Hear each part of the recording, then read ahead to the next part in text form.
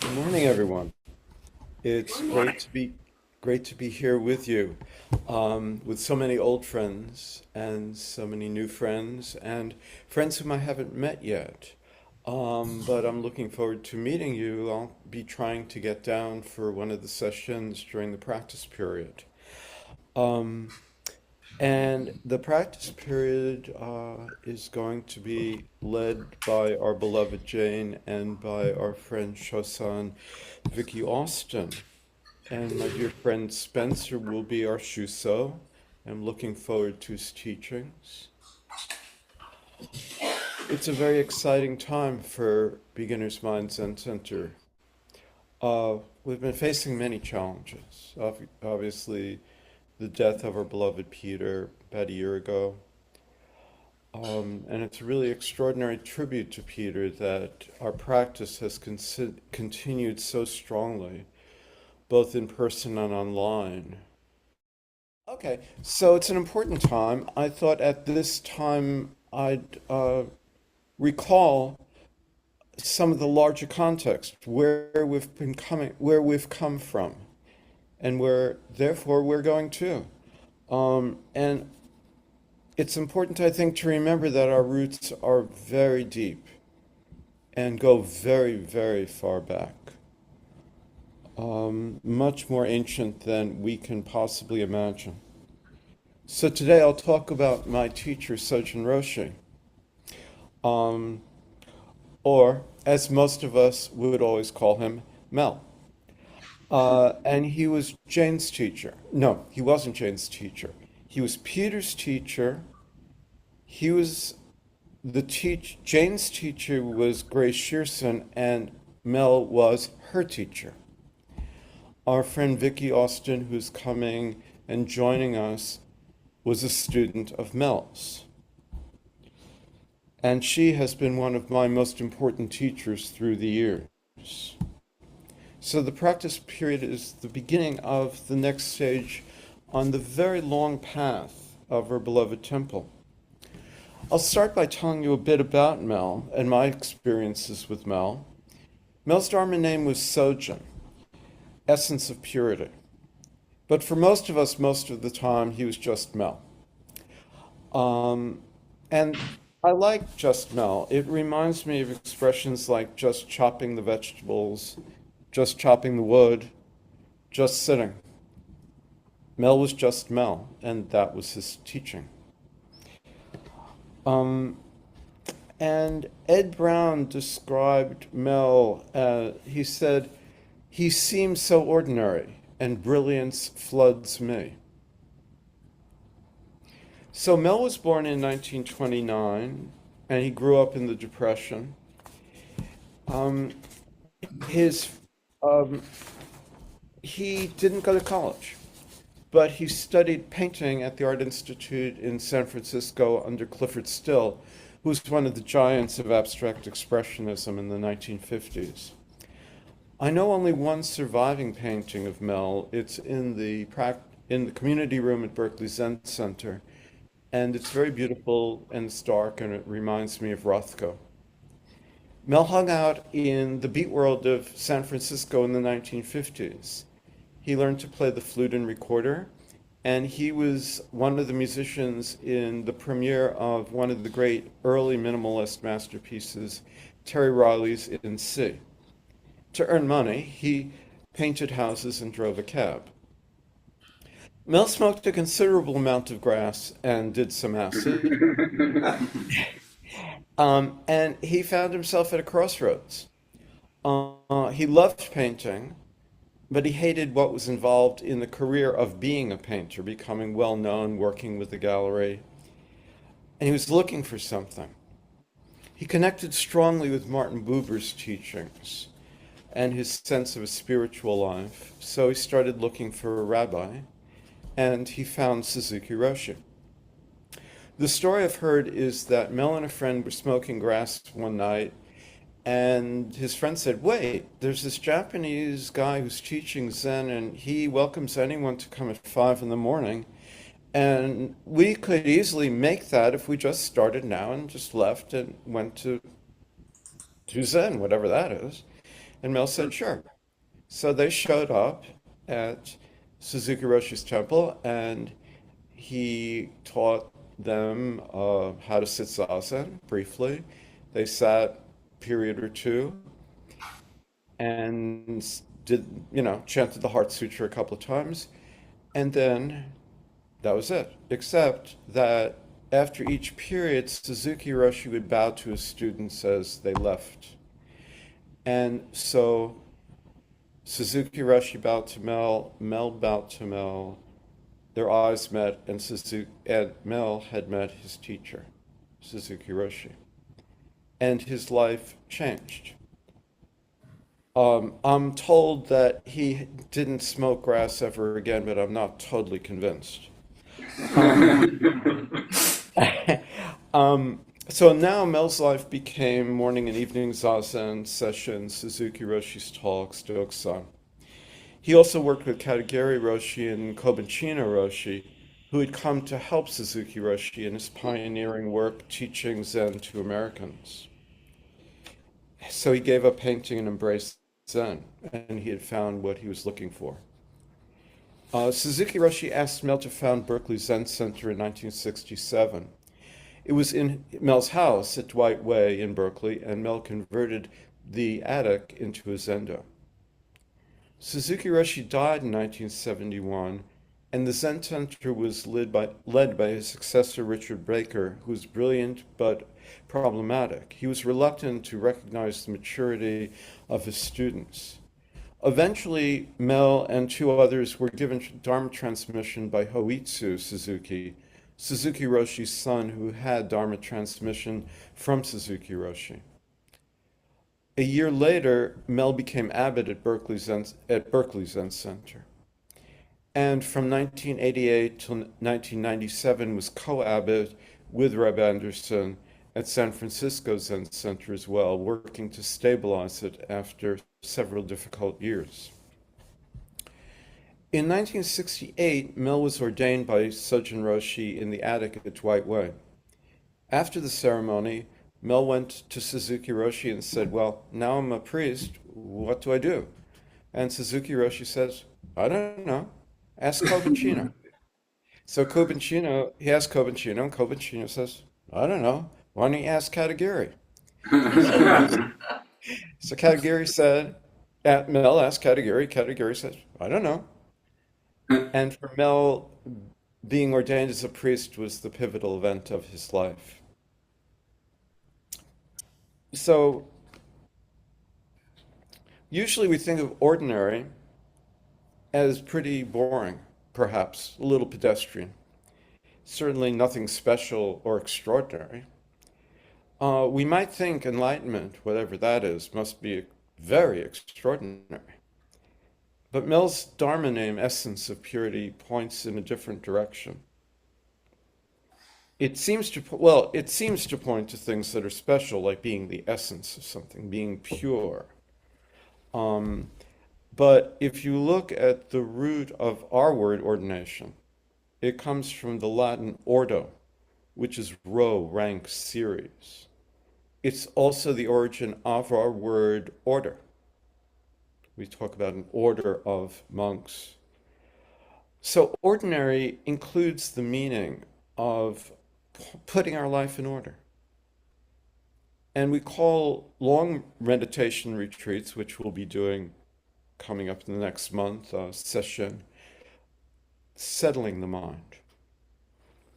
So Suzuki Roshi gave Mel the Dharma name Hakuryo Sojun.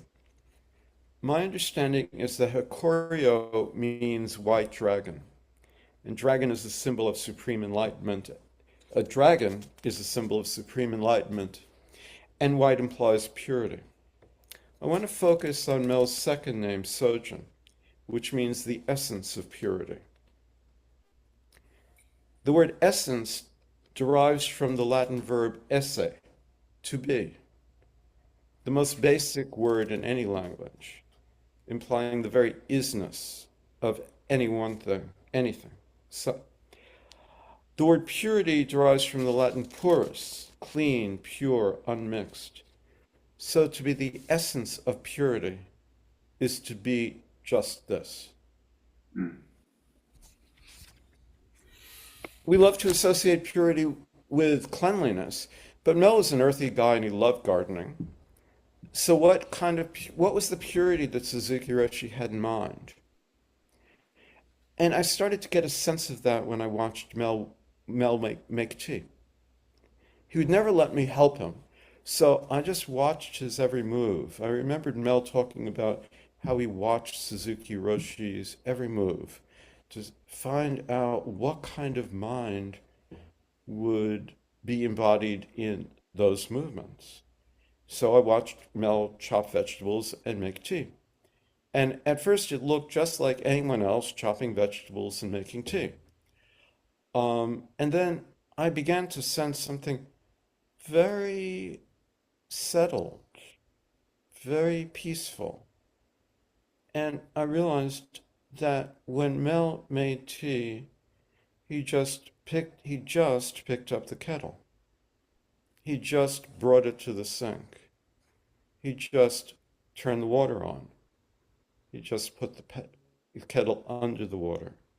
He pulled it away, turned the water off. He just did each thing one after the other that was needed to do to make tea. That's all. And things unexpected would happen. Sometimes the kettle would fall on the floor.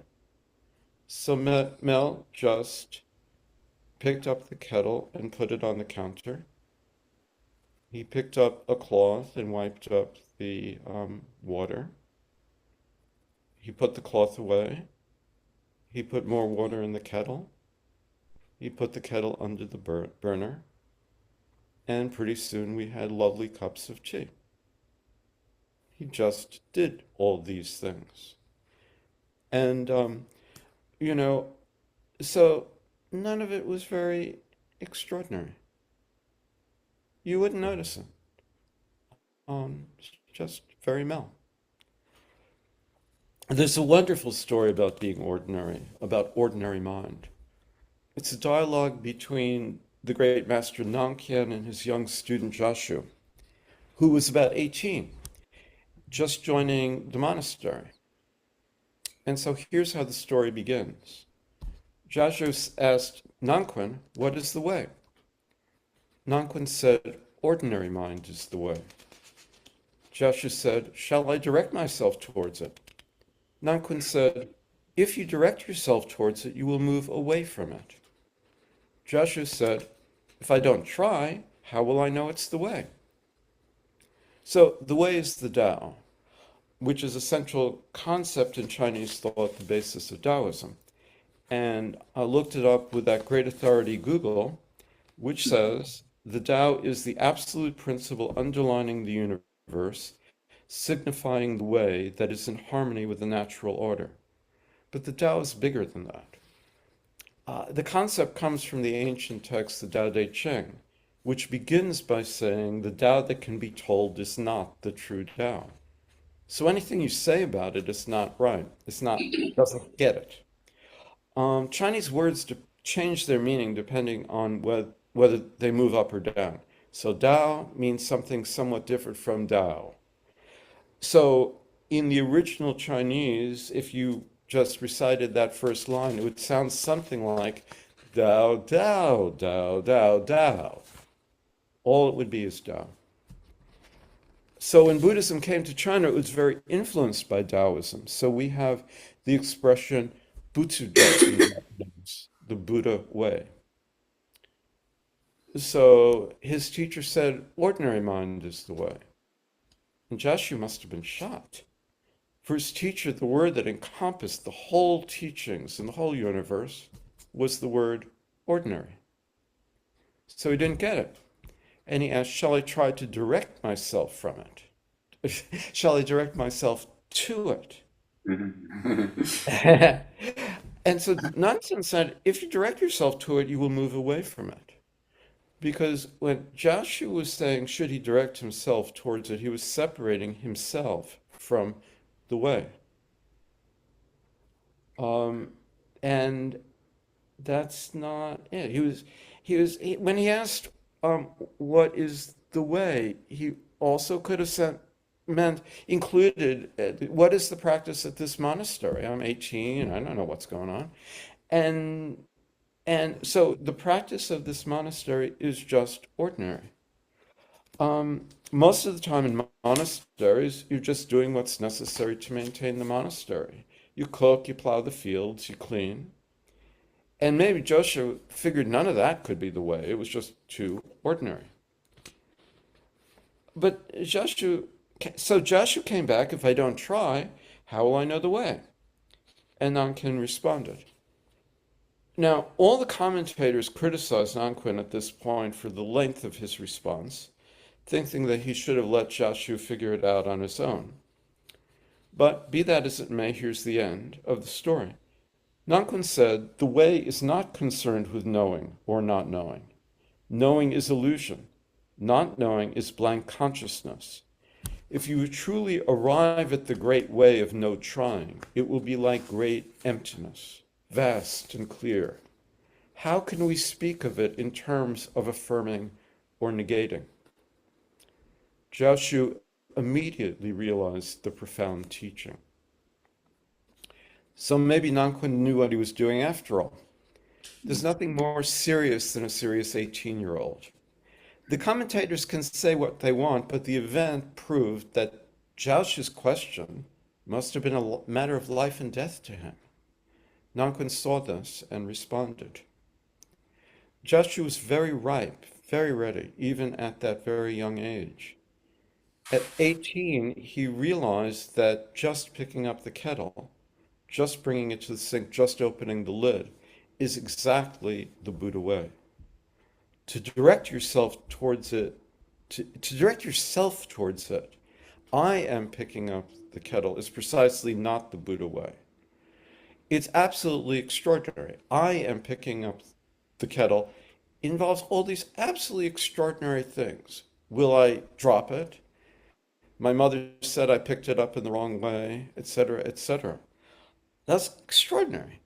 Suzuki Roshi said to his students once, don't think you really want to be enlightened. From where you're sitting, it would be awfully boring. Um, and so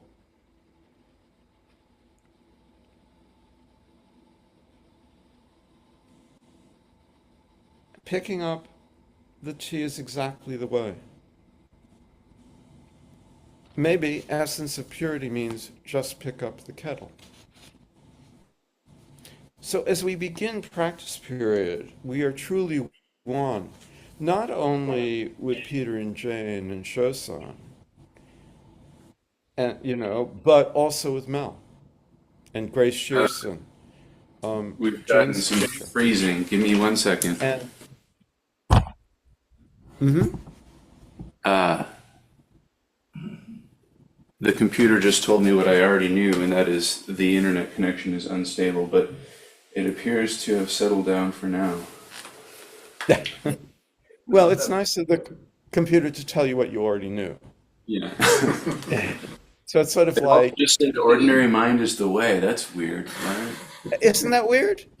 Ordinary mind, like the computer, is unstable.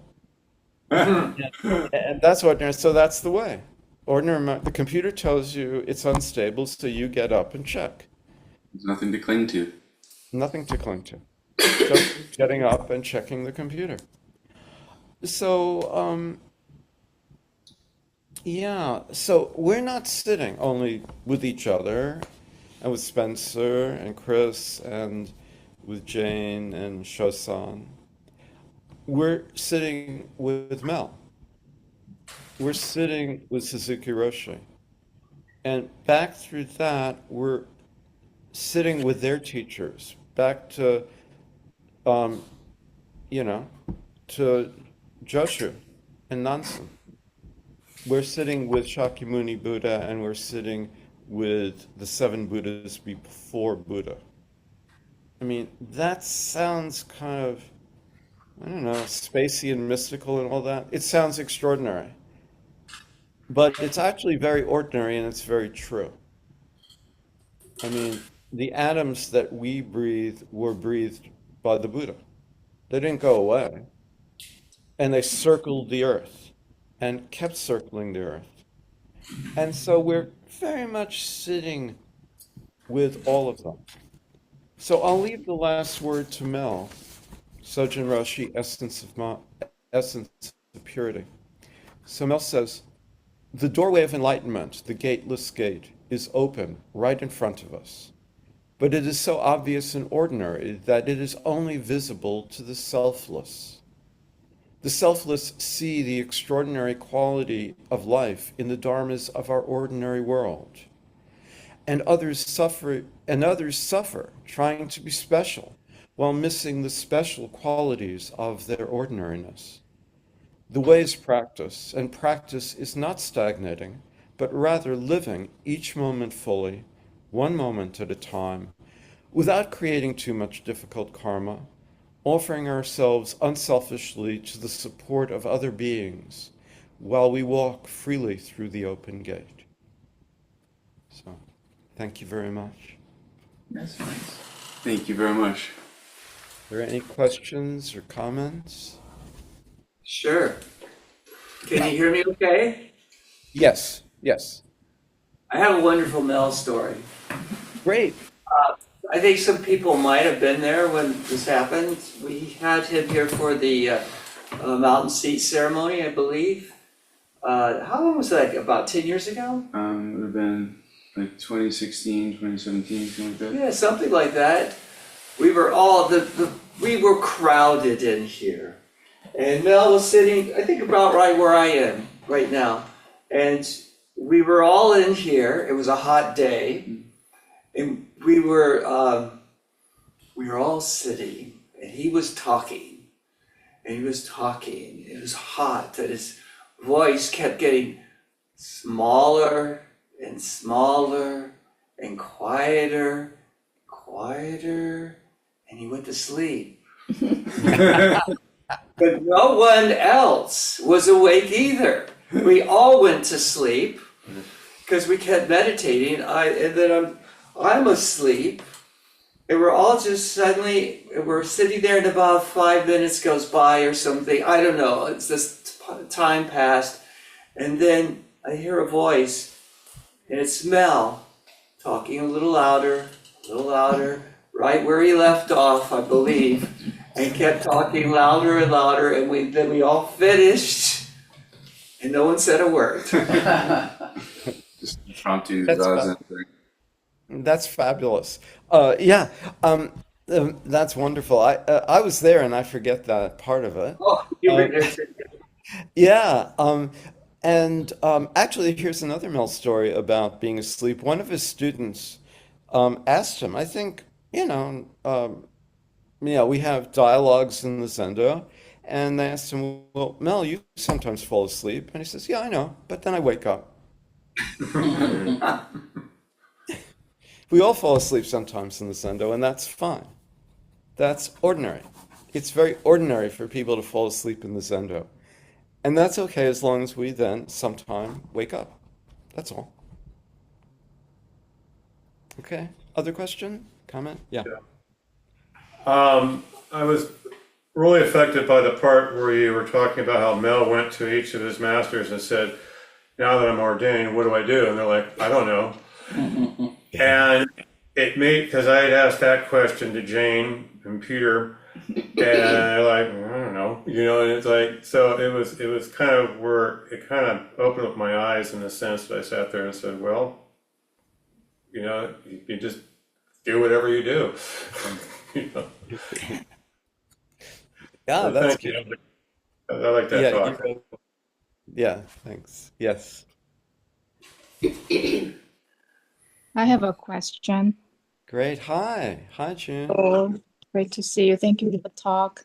I was Great. wondering how it was for you to hear that Mel let go of his art career or being an artist to dedicate himself to the practice as a composer yourself, and also what is your secret in practicing both? Well, yeah. It's a good question. Yeah. I was okay with Mel's choice. I was, in a certain sense, grateful because he was my teacher.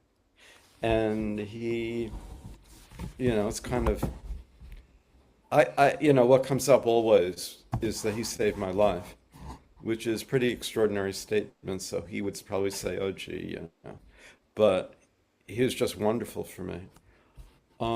So I had no, I think that in ordaining me, neither Mel nor I was sure it made any sense. And I think it was one of his experiments, actually. I've thought about that a lot, actually, of course. Um, and like he ordained Gil Fronsdale, who is a Vipassana teacher, or he ordained him and he gave him Dharma transmission. And after he had Dharma transmission, he said, you're a Vipassana teacher. Don't worry about carrying on the Zen lineage. You're a Vipassana teacher. And that was an experiment. That was, Jane could tell us better, but I mean, I think it's pretty extraordinary that he did that. And so traditionally, a priest, in my understanding, and that understanding is very minimal, because I'm a, total beginner priest, is the traditional understanding is that you're a temple priest. And in fact, for hundreds and hundreds of years, you were at a monastery as a priest. And you did ceremonies and you helped guide practice. And as a composer, I think one thing we're all struggling with, like including Vicky, is that being a composer involves not only writing music, that's the easy part. I mean, it's not always easy, but it's easy in terms of being a priest. Like what I do is I sit a lot at Shosan, connect with my hara. I recite this wonderful text of Dogen's, the Ehe Koso Hotsaganman. I vow with all beings, etc. I bow to Mel and I start composing. And when whatever happens, happens. And then when I'm done, I bow to Mel and I say, may this labor benefit all beings. I bow again and I bow to the Buddha, I bow to Mel, and then I do whatever I do. So that's what I do. But being a composer involves all the things that Mel didn't want to do as a painter. And I think that we're all struggling to realize this. And what does that mean? If you're really a composer and really a composer priest, it involves not only that task, but it involves, building a website. It involves dealing with publishers, dealing with recording companies, dealing with setting up a concert. And for me, that aspect actually is very hard. Composing is easy, but that stuff is really hard. And, you know, and so I'm struggling, and my teachers are struggling to figure that out. I think it's becoming clearer and clearer that it's very genuine. But what being a composer priest is, I don't think it's clear to any of us. I mean, it's different than being a temple priest. And being a priest has been defined and understood, I think pretty much, Jane could tell us about it. It has been understood in the context of being a temple priest. So, you know, um, after that it gets fuzzy. Like it gets like, what does it mean to be a priest? I don't know. And so that's what, you know. So it's becoming more and more okay with me. More and more okay not knowing that I just don't know what it means to be a composer priest. And so therefore I practice zazen. I join for the practice period. I sit session, do doksan, and I sit every day, and I compose as much as I can every day, and I live my life as much as I can every day. And so that's where I'm at with it right now. Okay.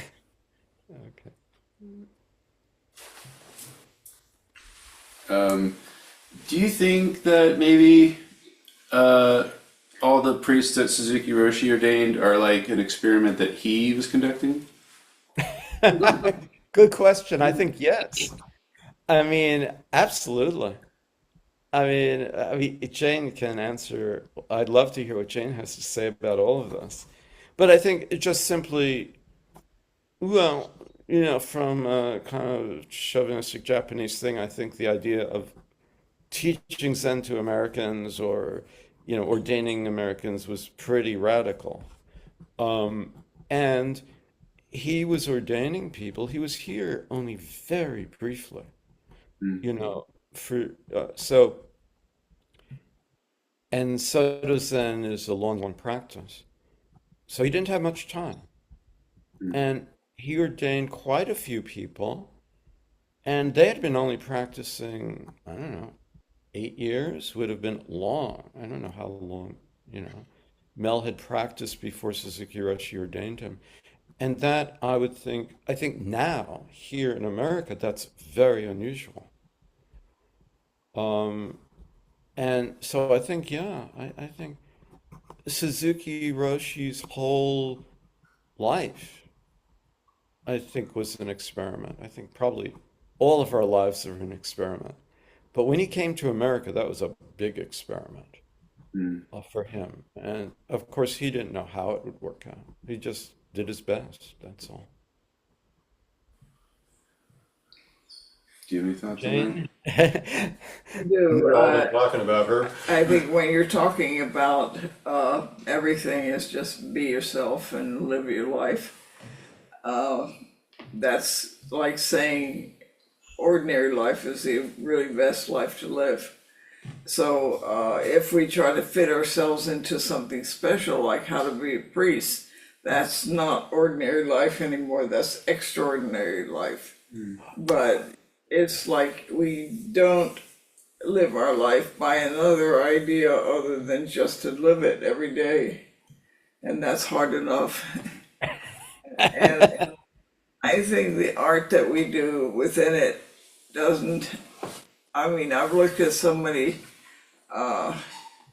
sumie paintings that express something that I could not put into words, but which really encouraged me all the time.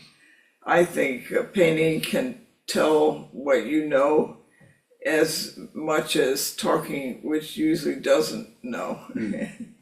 And for me, I really like to talk, and it was really hard for me not to talk a lot. But when I'm painting, I don't talk. So something comes out of me when I'm painting that is not concerned with talking, and I'm happy about that. So when people tell me to explain a painting and such, I'm really distressed because I don't know. Right. Yeah. Just like I really don't know. just like Suzuki Roshi answering Mel and all the rest. I don't know. That's beautiful, Jane. That really, really, really helps me. And that's wonderful.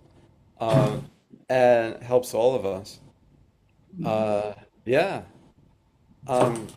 Yeah, I gotta give you a concert soon. We'll talk about that. We'll be in touch about that. I'm sorry, it's Sunday, by the way. Sunday? Yeah, sure. Is Sunday work for you?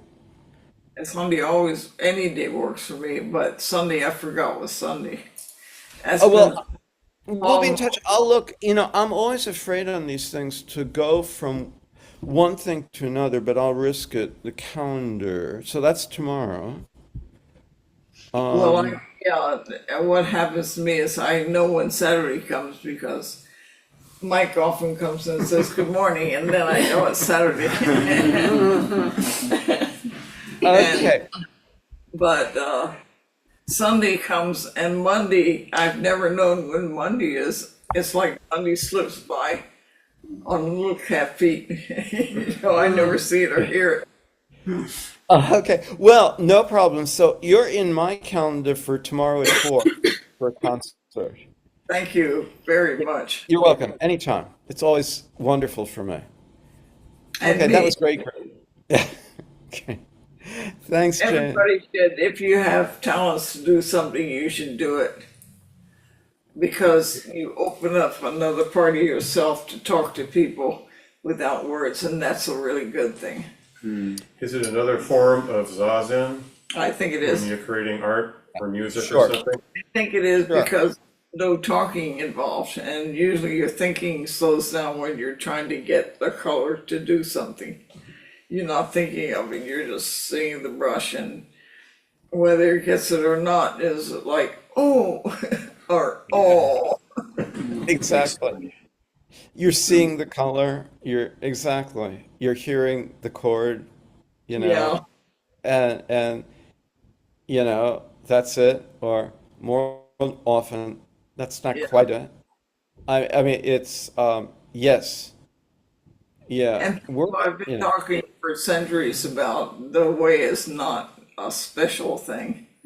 no. It's really just each person's normal way of moving. Yes, yeah, absolutely. I the way, yeah, it's not special. It's just this, moment to moment. Yeah, it's great stuff. Can't wait for practice period. Me neither. I'm so excited that we're having it. Yeah, definitely. Okay, any other questions? Comments about any of this or anything else? I have a comment. Yeah, Uh, cool. I've always liked the phrase before enlightenment, chop wood, carry water. After enlightenment, chop wood, carry water. I love it. That's That good. is so great. Yeah, I mean, and it's like, I don't know. I mean, we'll see what Jane has to say. I mean, somehow the expression before enlightenment and after enlightenment seems to have some problem. I mean, it's a very dualistic expression. Uh, I, I, Yeah. I And really can't answer that in any way. yeah. You'll have Uh, to wait a few more years and then I'll give a talk on before enlightenment, chop wood, and carry water.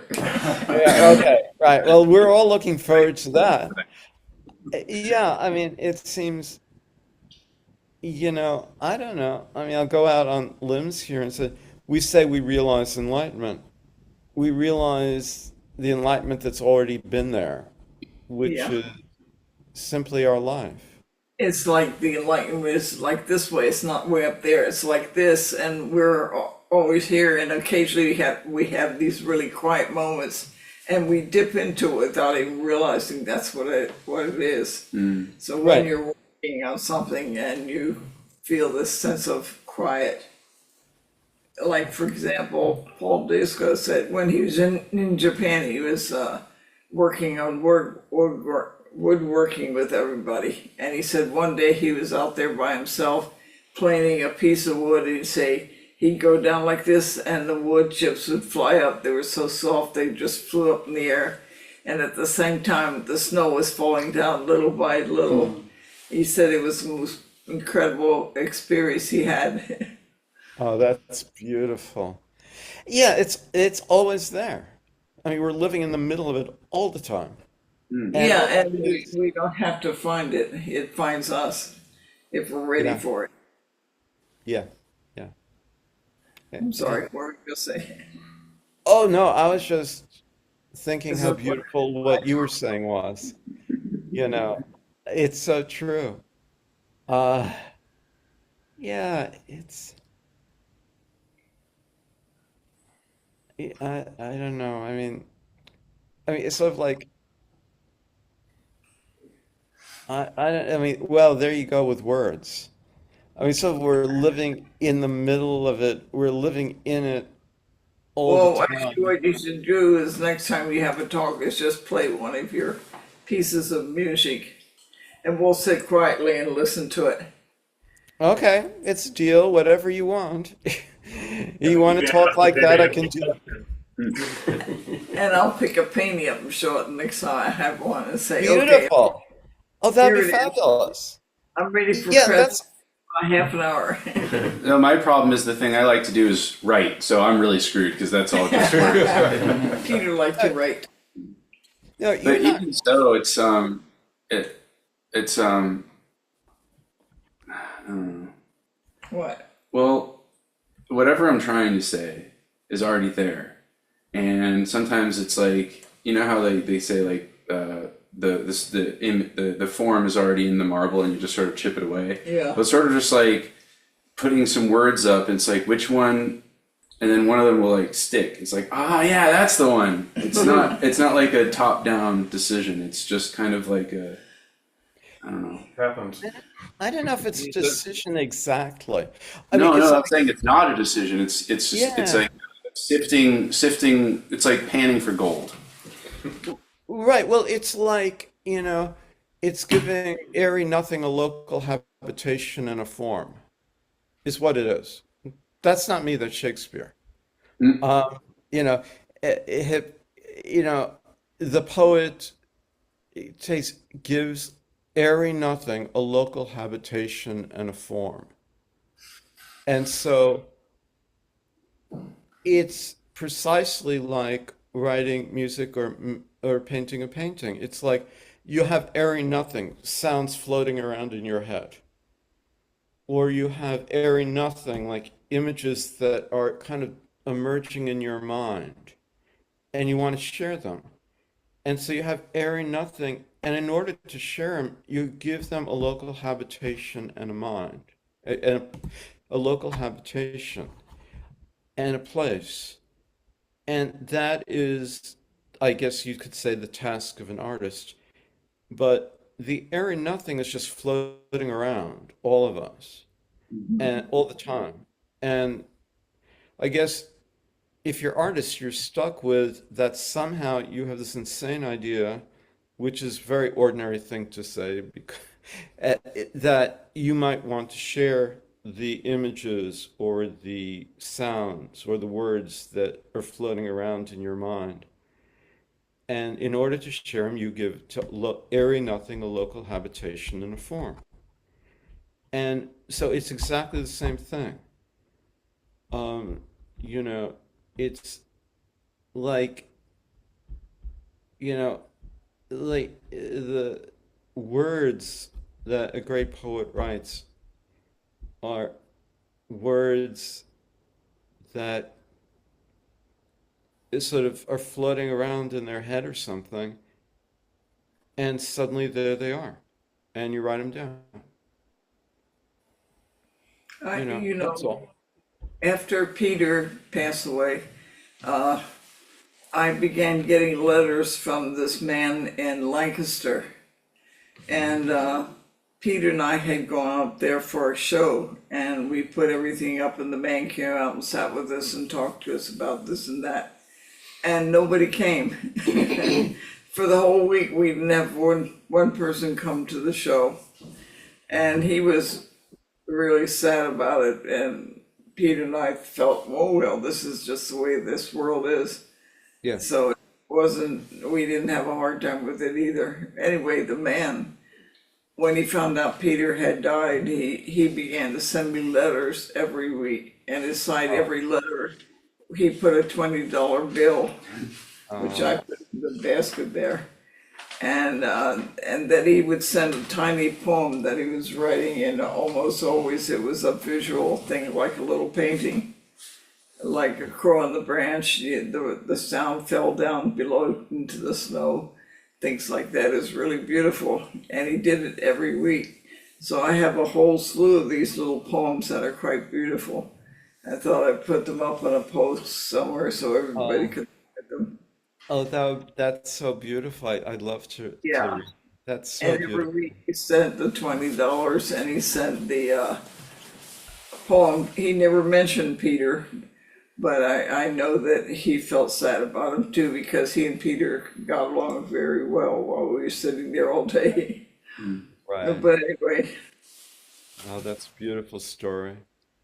That's so great. I'll Yeah. pull them someday and read them to people because they are really very No, touching and tender. definitely. Yeah. Yeah. Rachel? Thanks, Joel. Thank- Um, in your mind, were you perhaps also, perhaps not deliberately, but it's there, referencing Keats's negative capability? Of course. That's I one mean, of it's just so wonderful, negative it's so capability. wonderful. Of course, I think of Keats all the time, and the to remind people, Keats,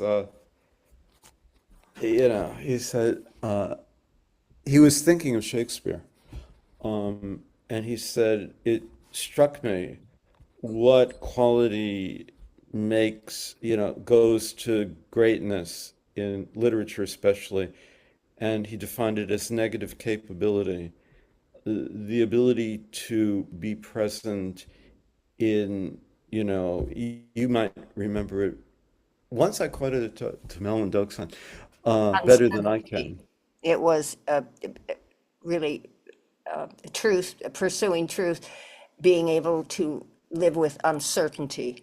Yeah, uncertainty and exactly, and all the stuff. Um, I mean, I sort of feel an impulse to run and grab it. It's so beautiful. But I think it's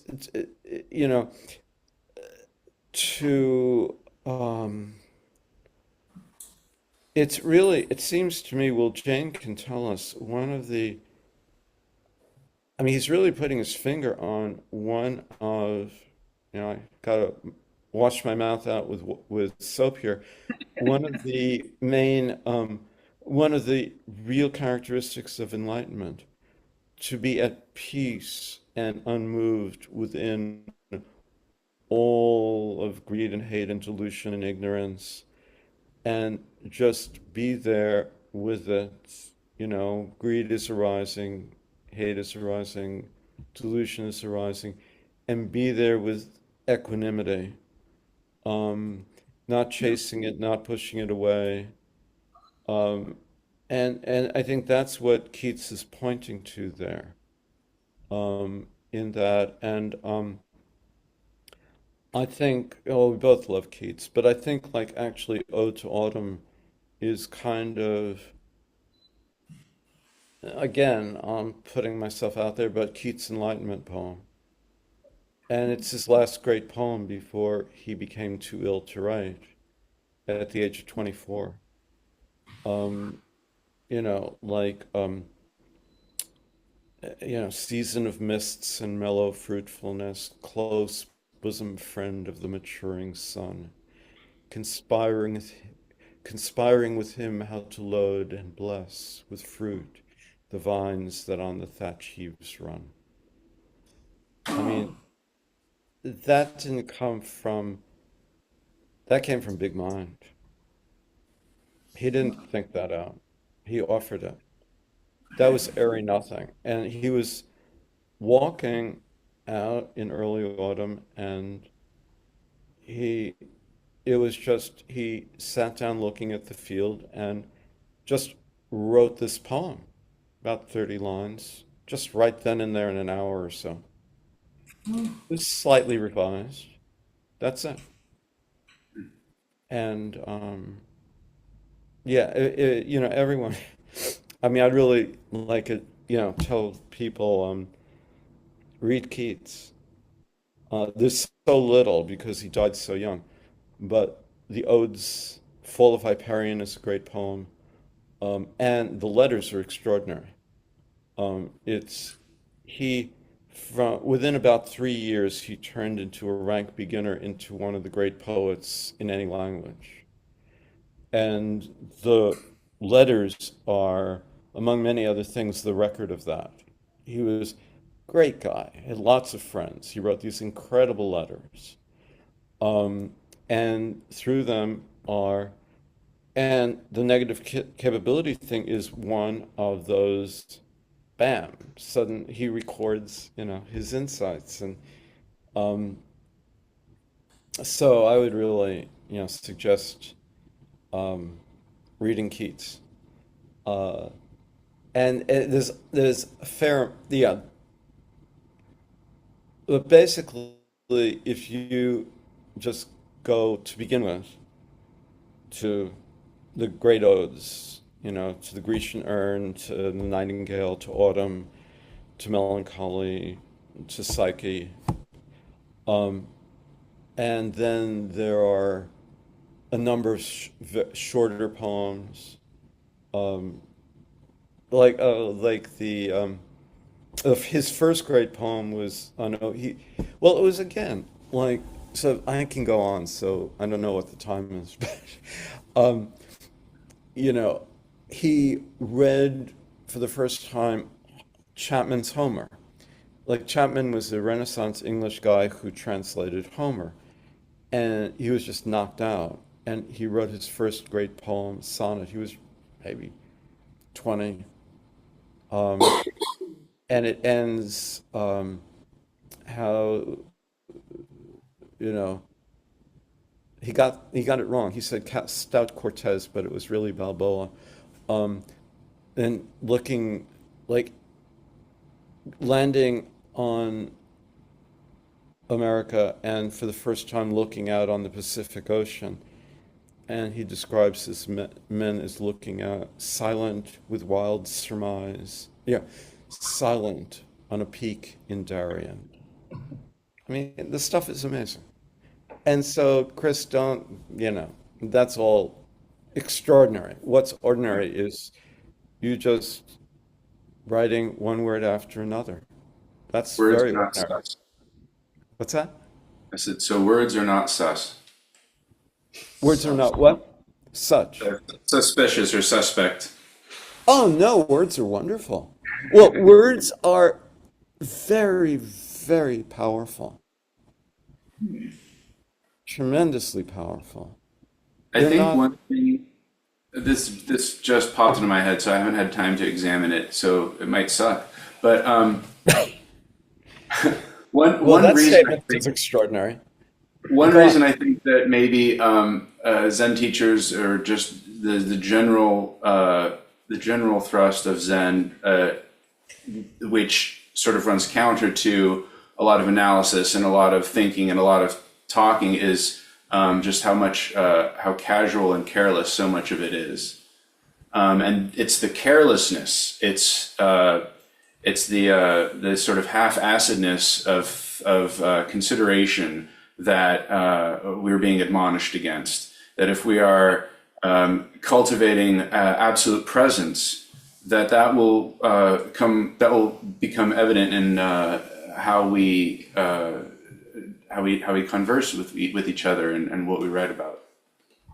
Yeah, I think that's absolutely true, Chris. And I think, like, it's a haphazard thing.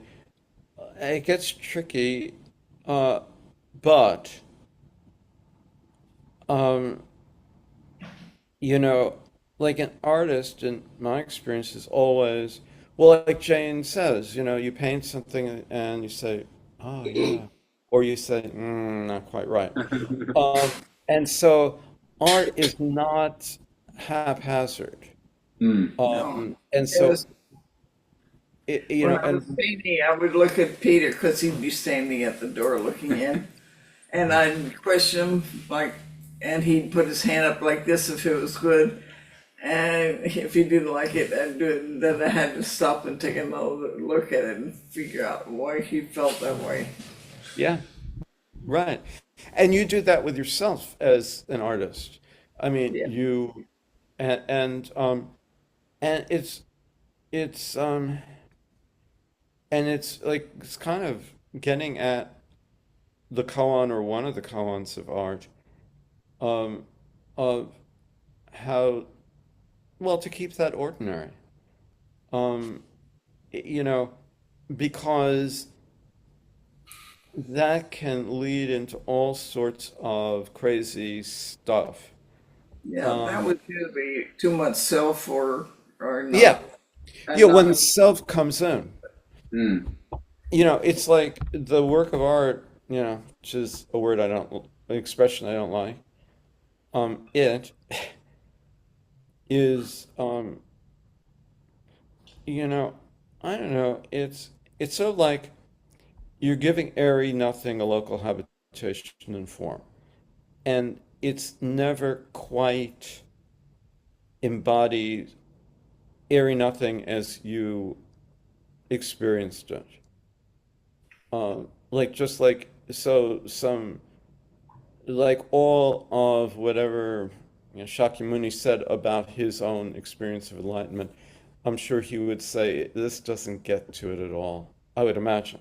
I mean, correct me if I'm wrong, but it was his attempt to teach, and yeah, and so you know, yeah.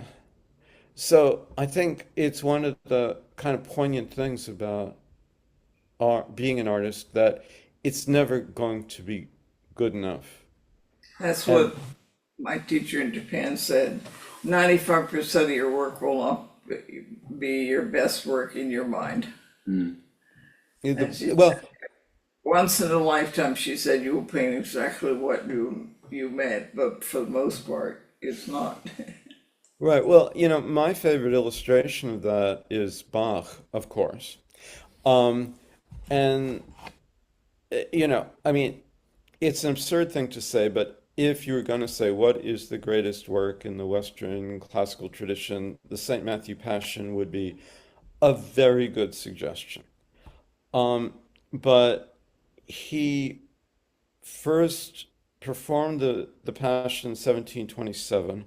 1736, he revised it totally, wrote out the beautiful calligraphic score that you sometimes see reproduced, and he performed it again in the 1740s and made further changes. I mean, he was never satisfied with it. Mm. It didn't mean he didn't put it out there, but he wrote it, for God, and it was just, he was never sad. That's true, but on the other hand, there's the thing where you look at a picture and you think it's not enough, and you start Yeah, to change it. And my teacher said, "Don't do that anymore." She said, "Just leave your paintings as they are because I've ruined everyone and yeah, always trying to make yeah, better." sure. That's totally true. It's like in like composers, I think, either ruin pieces by revisions or make them better, and they have to know which it is, and it's very dangerous. But the whole thing is very dangerous. You know, it's like Schumann ruined his pieces when he tried to revise them, and the reason is that he was in fact going mad. I mean, Mm. and he was very scared of that. And one thing that made his pieces great is the extraordinary eccentricity and, if you will, madness of some of the things he did. And so when he went to revise, he would take away precisely the most incredible things in his pieces. Mm. I think, like, what I try to, you know, Bach's revisions always make his pieces crazier. Like they do. I mean, like uh one thing he will some of his rhythmic revisions make like a small inner line that you'd never notice jazzier, more syncopated. It's like you were painting a picture and a little kid and you came out and messed it all up. And Right. wanted to be a work of art, and you look at it and say, "No, I'm sorry, that won't do." Right, that one too. But yeah, I don't know. It, It's just so mysterious. It's all mysterious. Like one, in the Art of the Fugue, there's an inner line, you'd never notice. And there's a whole note in the original, and he changed that in the revision to a half note and a half rest. That's all. Mm. And and it's better. The world has changed. It's brilliant. And it's just that he had this note and he made it half as long, and the rest of that time was filled in with silence. That's all his change was. You know. And now we must fill our time with service. Okay. Thank you, everyone. Thank you, Joel.